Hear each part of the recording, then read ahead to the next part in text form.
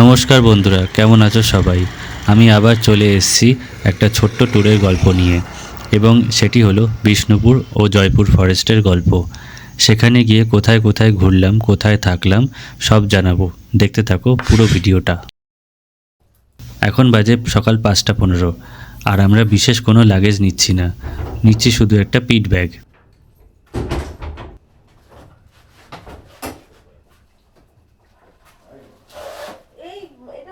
ব্যারাকপুর থেকে এখন যাচ্ছি নবাবগঞ্জ ঘাটের দিকে।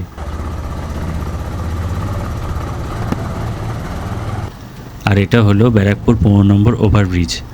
সকালবেলা এই ব্রিজের উপর ভীষণ চাপ থাকে। ব্রিজ থেকে নেমে আমরা বাঁ দিকে ঢুকে যাচ্ছি ঘুষিপাড়ার দিকে। এত সকালবেলাও ব্লিঙ্কিটের সার্ভিস চালু দেখে আমি একটু অবাক হলাম। নভেম্বর মাসের প্রথম দিকে আমরা বেরিয়েছি, কিন্তু ঠান্ডা হালকা হালকা রয়েছে, তবে খুব বেশি নয়। এই পৌঁছে গেছি বাদামতলা মোড়ের সামনে। এবার এখান থেকে আমরা বাঁ দিক নিয়ে ঢুকে যাব নবাবগঞ্জ ঘাটের দিকে।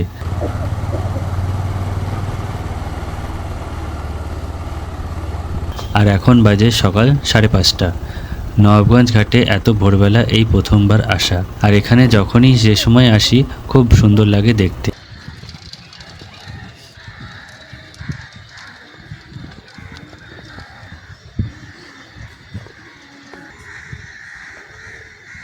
আমরা এখন দাঁড়িয়ে আছি নবাবগঞ্জ ঘাটের সামনে, আর এখন বাজে হচ্ছে 5:30 বা 5:25 এরকম।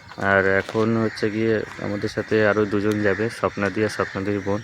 ওরা এখনও রাস্তায় আছে, তো তারপরে আসলে আমরা নবাবগঞ্জ ঘাট পার করে ওই পারে বৈদ্যবাটিতে যাব। এখানে বলে রাখি, প্রথম ফেরি চালু হচ্ছে সকাল 6টায়, কিন্তু আমরা তার আগের একটা প্রাইভেট ফেরিতে যাব। তার মানে হলো ডবল ভাড়া লাগবে। দুটো স্কুটি আর 4 জন মিলিয়ে আমাদের ভাড়া দিতে হয়েছিল 120 টাকা। পৌঁছে গেছি বৈদ্যবাটি চাপদানি ঘাট। এখান থেকে আমরা চলে যাব শেওড়াফুলির দিকে। তবে শেওড়াফুলি পুরোপুরি নয়, তার আগে তারকেশ্বর বৈদ্যবাটি মোড় থেকে ডান দিক ঘুরে চলে যেতে হবে তারকেশ্বরের দিকে। এখন বাজে সকাল 6টা, আর এখন এখান থেকে আমাদের জার্নি পুরোপুরি স্টার্ট হলো। রাস্তাঘাট বেশ ফাঁকা ফাঁকা, তবে বলে রাখি এই জার্নিতে আমি খুব স্লোই চালাবো। তার কারণ হচ্ছে আমাদের সাথে স্বপ্নাদি ও তার বোন ছিল, ওরা যাচ্ছিল স্কুটিতে করে, এবং এটা ছিল তাদের প্রথম রাইড।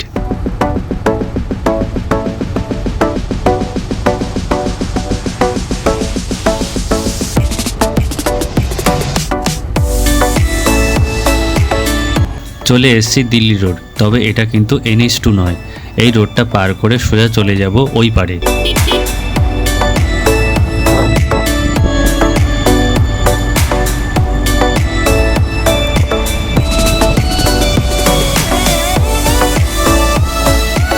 এবার এই রাস্তায় চলতে চলতে সামনে পড়বে সিঙ্গুর, এবং তার আগে পড়বে NH2 হাইওয়ে। এই রাস্তায় আমি আগেও সাইকেল নিয়ে একবার এসেছিলাম, কিন্তু সেই সময় রাস্তা প্রচণ্ড খারাপ ছিল।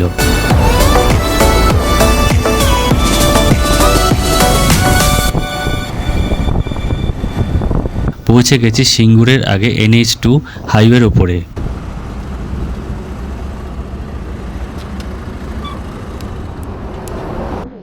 এটা হচ্ছে দিল্লি রোড, ওইদিকে চলে যাচ্ছে মুম্বাই, ওই দীঘা টিঘার দিকে, আর এইদিকে হচ্ছে দিল্লি। এখন আমরা পার করছি সিঙ্গুর বাজার। এদিকটা আসার পর মনে হচ্ছে ঠান্ডাটা একটু বেড়ে গেল।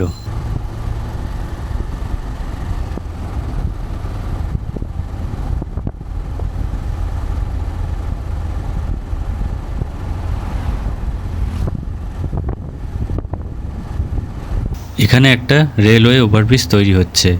এই জায়গাটা যত সম্ভব নালিকুল বলে একটা জায়গা আছে, তার আগে একটা রেলগেট। ব্রিজটা তাড়াতাড়ি তৈরি হয়ে গেলে খুব ভালো হয়। অনেকক্ষণ বাদে একটু খুলে চালাতে পারছি, এবং তার সাথে রাস্তা এতটা ফাঁকা, তার মধ্যে দুদিকে সবুজের সমারোহ, সাথে রাস্তা ছিল খুব মসৃণ।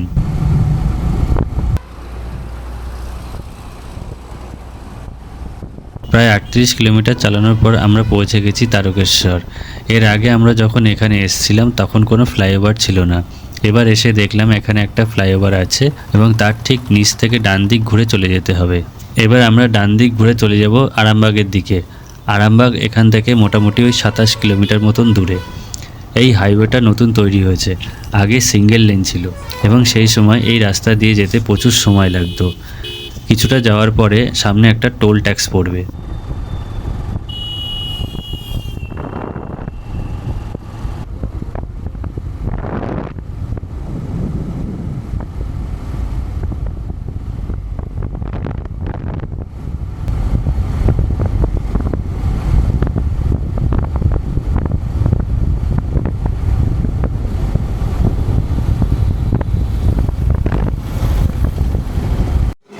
এবার আমরা এই টোল ট্যাক্সের সামনে দাঁড়িয়ে ব্রেকফাস্ট করে নিচ্ছি। এই টোল ট্যাক্সটা মনে হয় যত সম্ভব এখনও চালু হয়নি।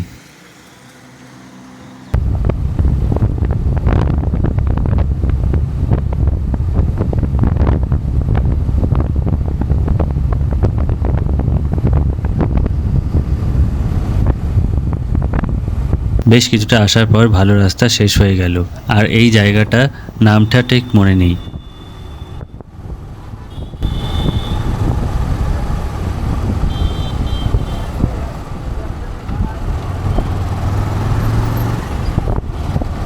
কিছুটা এগোনোর পর আবার হাইওয়ে শুরু হলো।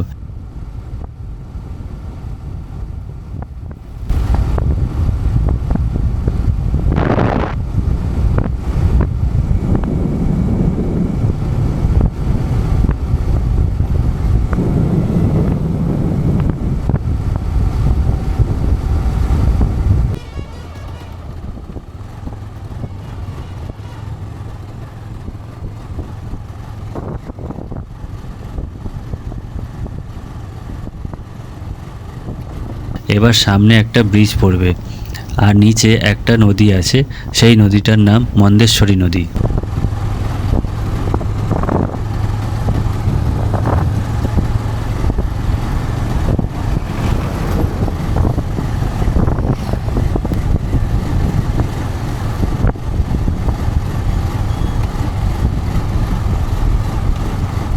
এই জায়গাটার নাম যত সম্ভব বলরামপুর।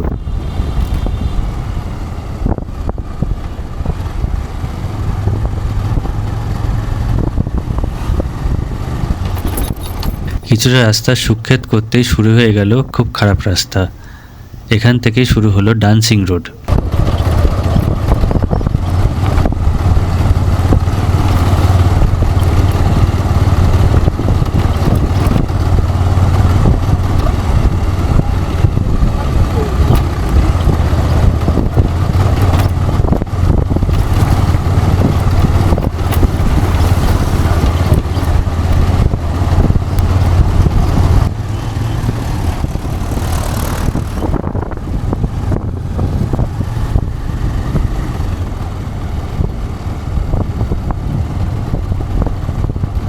অনেক দুর্গম রাস্তা পেরিয়ে মোটামুটি এবার আমরা ভালো রাস্তায় ঢুকেছি। এবার মনে হয় না আর খারাপ রাস্তা পড়বে, মনে হয় একবারে আরামবাগ পৌঁছে যাব এখান থেকে।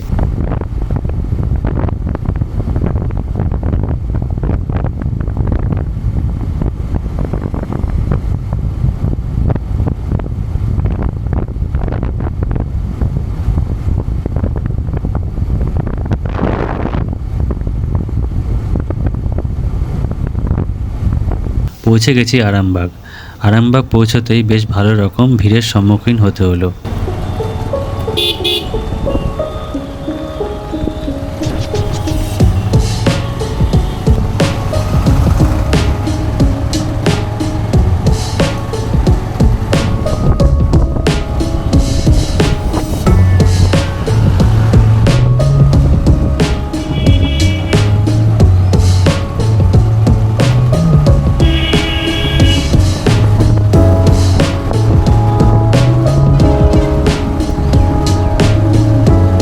এটা হচ্ছে আরামবাগ ব্রিজ, আর নিচে হচ্ছে দ্বারকেশ্বর নদী।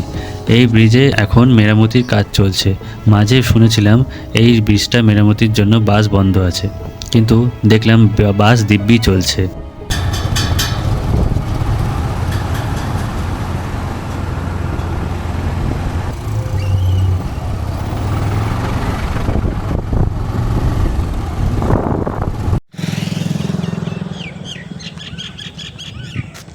আমরা এখন আরামবাগ ছাড়িয়ে কিছুটা এগিয়ে এসেছি। তার সামনে একটা আন্ডারপাস করেছিল, রেল আন্ডারপাস করেছিল। তো সেটা ছাড়িয়ে কিছুটা এগিয়ে এসে এখানে একটা পেট্রোল পাম্প আছে। সেখানে এসছি, এখানে হচ্ছে বাকি যে দুজন আছে তা স্কুটিতে পেট্রোল ফিল আপ করছে। আর এখান থেকে ম্যাক্সিমাম বেশি দূর আর নেই, 40 কিলোমিটার বা 45 কিলোমিটার মতন দূরত্ব দেখলাম। বেশিক্ষণ আর লাগবে না। এখন বাজে হচ্ছে গিয়ে 8:30। আর ওয়েদার খুবই ভালো। সকাল সকাল যে খুব ঠান্ডাটা ছিল সেটা আর নেই, অনেকটা কমে গেছে, সেই জন্য চালানো খুব ইজি হয়ে গেছে।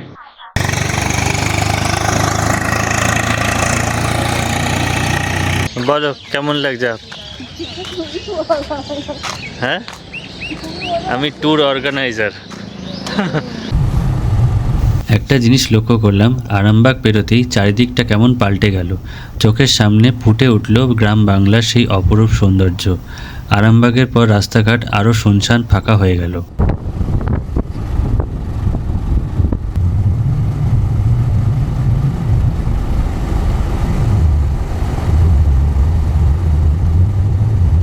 আর আমরা যারা বাই রোডে দীঘা যাই, আমরা হয়তো দেখেছি দীঘা ঢোকার আগে ঠিক এরকম সেম টু সেম জায়গা পড়ে, বড় বড় গাছ, মাঝখান দিয়ে রাস্তা। একটা কথা, এই রাস্তায় আমি খুব একটা ট্যুরিস্ট দেখতে পাইনি, কোনো বাইকারদেরও খুব একটা দেখতে পাইনি।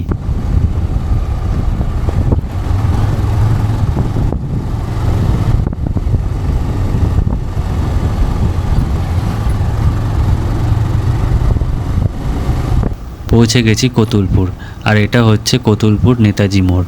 কতুলপুর পৌঁছে যাওয়া মানে হচ্ছে বিষ্ণুপুর একদম সামনেই, আর তার ঠিক আগে পড়বে জয়পুর ফরেস্ট।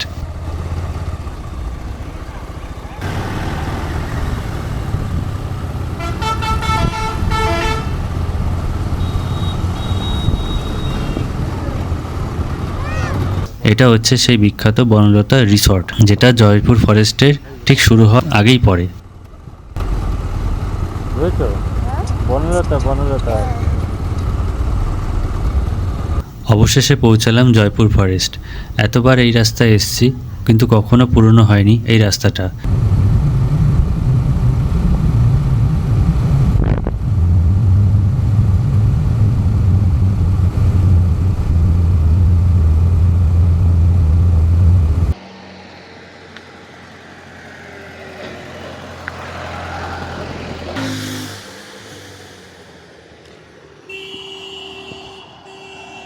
তো এখন আমরা আছি জয়পুর ফরেস্টের সামনে দাঁড়িয়ে আছি।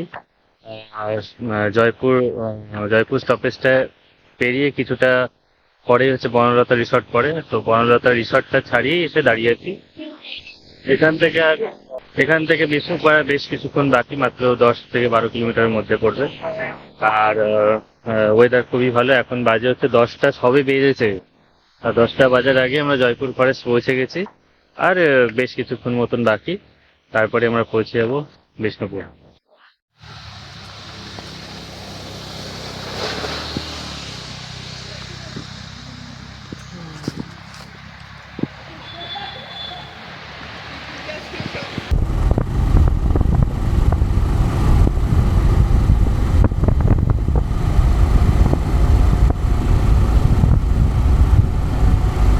বিষ্ণুপুর ঢোকার আগে আমরা একটুখানি এখানে রেস্ট করছি। এখন বাজে 9:45, আর ওই হচ্ছে সামনে বিষ্ণুপুর তরুণদ্বার। বিষ্ণুপুর তরুণদ্বার আমরা পেরিয়ে চলে যাচ্ছি মদনমোহন মন্দির দেখতে।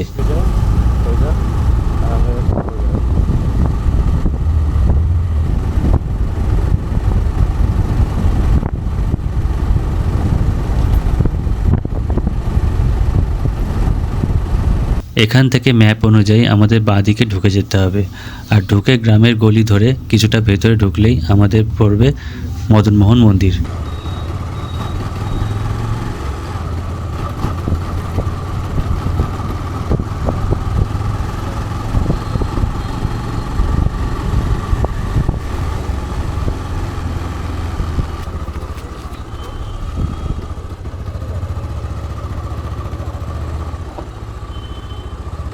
পৌঁছে গেছি মদনমোহন মন্দির। এবার এখানে সামনে পার্কিং করে আমরা ভেতরে ঢুকবো। মদনমোহন মন্দির হলো বিষ্ণুপুর শহরের একটি কৃষ্ণ মন্দির। এই মন্দিরে হিন্দু দেবতা কৃষ্ণকে মদনমোহন রূপে পুজো করা হলেও বর্তমানে এখন কোনো পুজো হয় না। মন্দিরটা 1694 সালে রাজা দুর্জন সিং তৈরি করেছিলেন। মন্দিরটার দৈর্ঘ্য 12 মিটার উচ্চতা আর 10 মিটার প্রস্থ।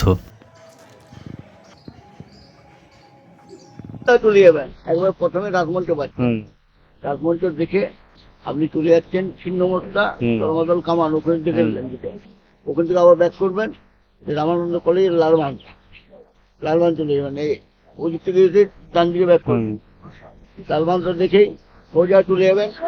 পাশে একটা গুম ঘর আছে, একটা ঘর দেখতে পাবেন ডান দিকে এই দিকে যাওয়ার সময় গুম ঘর দেখতে পাবেন। ওর সামনে দিয়ে একটা রাস্তা আছে, পাঁচচূড়া মন্দির, এই যে পাঁচচূড়া মন্দির, এই অনেকটা পাঁচটা মন্দির দেখে দেখে ওখান থেকে আবার ব্যাক করবেন, যে রাজবাড়িতে ঢুকে যাবেন, তারপর গাড়ি সব মন্দির করতে হবে। এবার আমরা যাচ্ছি গড় দরজার দিকে।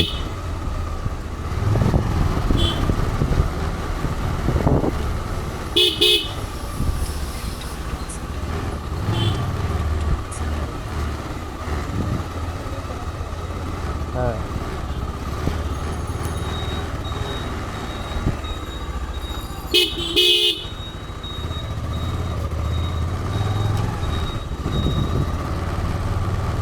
যেতে যেতে একজনের মাটির বাড়িতে আমাদের দেখার সুযোগ হলো। সুন্দর, এগুলো সব মাটি। হুম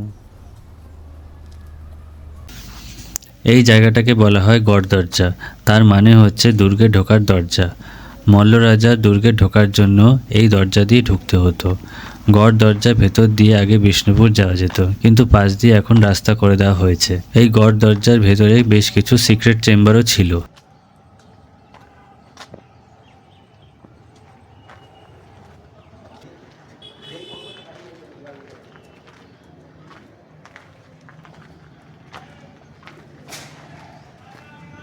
এরপর আমরা চলে আসলাম মহারাজা বীর হাম্বির উদ্যানে। এই উদ্যানের মধ্যে রয়েছে লালজির মন্দির।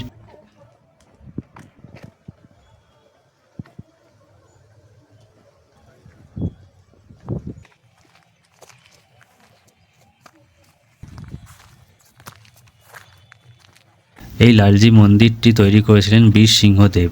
1658 সালে এই মন্দিরটা শ্রী রাধাকৃষ্ণর নামে উৎসর্গিত করা হয়েছিল। পুরনো মন্দিরটি চারিদিকে বড় পাঁচিল দিয়ে ঢাকা, আর এই মন্দিরে কোনো পুজো এখন হয় না এবং তার পাশে প্রচুর স্থাপত্য কারুকার্য ছিল।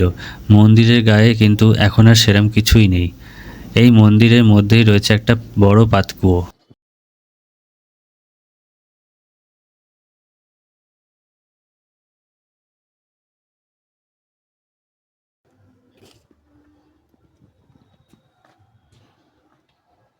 এবার আমরা চলে আসলাম মৃন্ময়ী দেবীর মন্দিরে। এই মন্দিরে কোনো ছবি ভিডিও করা নিষেধ। মন্দিরটি জগৎমূল্যদেব 10ম শতাব্দীতে তৈরি করেছিলেন। কথিত আছে জগৎমূল্যদেব বন বিষ্ণুপুরের ঘোর অরণ্যে মা দুর্গা দ্বারা স্বপ্নাদেষ্টি হন। স্বপ্ন দেখা মার আজ্ঞা অনুসারে তৎকালীন রাজধানী প্রদন্যপুর থেকে বিষ্ণুপুরে স্থানান্তরিত করেছিলেন এবং 997 সালে মৃন্ময়ী মন্দিরের প্রতিষ্ঠা করেন।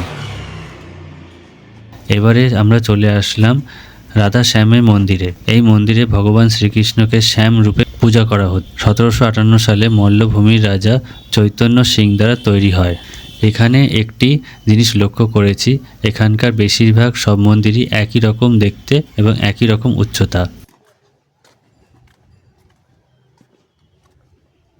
রাধাশ্যাম মন্দির দেখে আমরা চলে যাচ্ছি রাসমঞ্চ দেখতে। রাসমঞ্চ হলো বিষ্ণুপুর শহরের সবথেকে আকর্ষণীয় স্থান। মল্লরাজা বীর হাম্বির আনুমানিক 1600 সালে এই মঞ্চটি নির্মাণ করেছিলেন। বৈষ্ণব রাস উৎসবের সময় বিষ্ণুপুর শহরে যাবতীয় রাধাকৃষ্ণ মূর্তি এখানে জনসাধারণের সামনে আনা হতো। 1600 থেকে 1932 সাল অবধি এখানে রাস উৎসব আয়োজিত হয়েছে। বর্তমানে এখন এই উৎসব আর হয় না।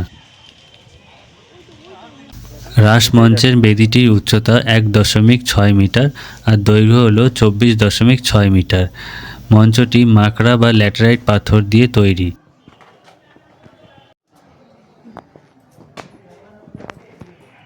মঞ্চটির ভেতরে যতদূর যাচ্ছিলাম তত অন্ধকার হয়ে যাচ্ছিল, আর ভেতরে একটা গেট মতন ছিল, কিন্তু কিসের গেট সেটা বুঝতে পারিনি। আমি এসেছি কিন্তু বুঝতে পারিনি মন্দিরটা কি। এবার আমরা চলে আসলাম ছিন্নমস্তা দেবীর মন্দিরে। এই মন্দিরেও ছবি তোলা নিষেধ ছিল। ছিন্নমস্তা মন্দিরের ভেতরেই দেখলাম বিষ্ণুপুরের প্রত্যেকটা স্থাপত্যের ছবি এবং ছবি সমেত শাল। আরও বেশ কিছু মন্দির ছিল যেগুলো আমরা একদিনে কভার করতে পারিনি। পাপ লেগেছে নাকি? এরপর আমরা চলে যাচ্ছি মোনালিসা লজের দিকে, যেটা আমরা আগে থেকে বুক করিনি, কিন্তু সেখানে গিয়ে বুক করতে হয়েছিল। ভাড়া নিয়েছিল 580 টাকা।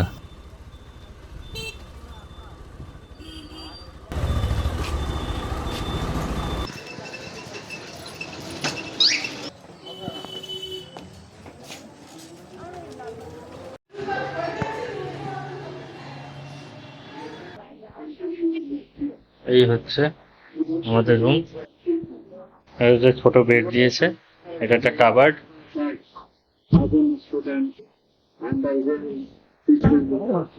1 2 3 দুটো বালিশ, একটা তোষক, আর এই হচ্ছে বাথরুম।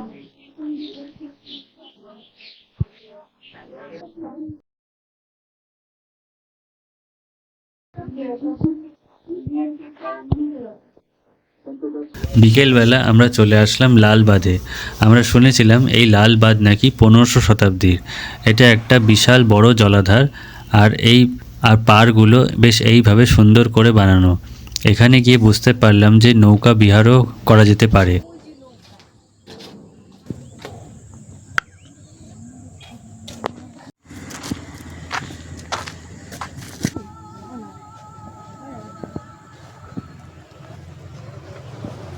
এরপর চলে আসলাম আমরা জোর বাংলা মন্দিরে। এটি কেষ্ট মন্দিরও বলা হয়। এই মন্দিরের একটা রেপ্লিকা ইকো পার্কেও রয়েছে। এই মন্দিরটি 1655 সালে মল্লভূমির রাজা রঘুনাথ সিং দ্বারা নির্মিত। সম্ভবত এটাই ছিল বাংলার সর্বপ্রাচীন টেরাকোটা মন্দির। এই মন্দিরের কাঠামোটি 2 চাল রীতিতে নির্মিত, 2টি ঘর ও প্রতিটি রত্ন সহযোগে মন্দিরটা আর ঢালু ছাদ প্রাথমিক চালা শৈলীর উপাদানগুলিকে অন্তর্ভুক্ত করে। শুভ বিকেল, এখন বাজে হচ্ছে গিয়ে 4:35। তো এখন আমরা হোটেল থেকে বেরিয়ে আবার বিকেলবেলায় চলে আসলাম হচ্ছে গিয়ে প্রথমে লালবাগ, তারপরে চলে আসলাম হচ্ছে জোর বাংলা মন্দির। এখানে আসার একটা বড় কারণ ছিল, ব্যাপারটা হচ্ছে গিয়ে রাসমঞ্চ থেকে যখন টিকিট কেটেছিলাম তখন ওখান থেকে বলা হয়েছিল যে একই টিকিটে জোর বাংলা মন্দিরও দেখতে পারবে। সেটা কিন্তু ওই দিনের মধ্যেই করতে হবে যেদিন টিকিট কাটা হয়েছে। তো আমরা এখানেই চলে আসলাম, যেহেতু টিকিট কাটা ছিল। তো এক টিকিটেই 2টো জায়গা হয়ে যাচ্ছে। টিকিটের দাম পড়েছিল 25 টাকা করে পার হেড। তো আর এই যে জোর বাংলা মন্দিরটা 5টার সময় বন্ধ হয়ে যাবে। তা এখন যেহেতু 4টে 4:30 একটু বেশি বাজে, তো আমরা এখানে চলে আসলাম হোটেল থেকে খাওয়া দাওয়া করে রেস্ট ফ্রেশ নিয়ে। এবার আমরা আবার চলে যাব হোটেলে। এই মন্দিরের সামনেই একটা হাটে বেশ কিছু হাতে বানানো জিনিসপত্র খুব সস্তায় বিক্রি হচ্ছিল।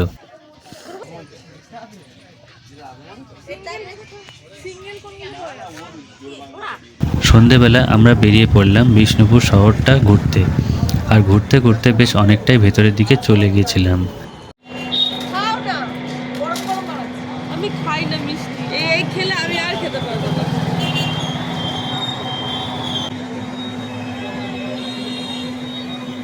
এবং আমাদের লজের পাশে একটা বাঙালি হোটেল দেখে আমরা সেখানে খাওয়া দাওয়া সেরে নিলাম। এখানে আমরা নিয়েছিলাম সবজি ভাত এবং ডিম। দাম নিয়েছিল 90 টাকা। আজকের মতন সারাদিনের এই পুরো গল্পটা এখানেই শেষ করছি। দেখা হচ্ছে নেক্সট পার্টে। লাইক সাবস্ক্রাইব করে অবশ্যই জানিও কেমন লাগলো। কচ্ছপ আছে আর কি বলে, কচ্ছপ একটা সামুদ্রিক মাছ, হ্যাঁ, তার সাথে তেলাপিয়া আছে বড়।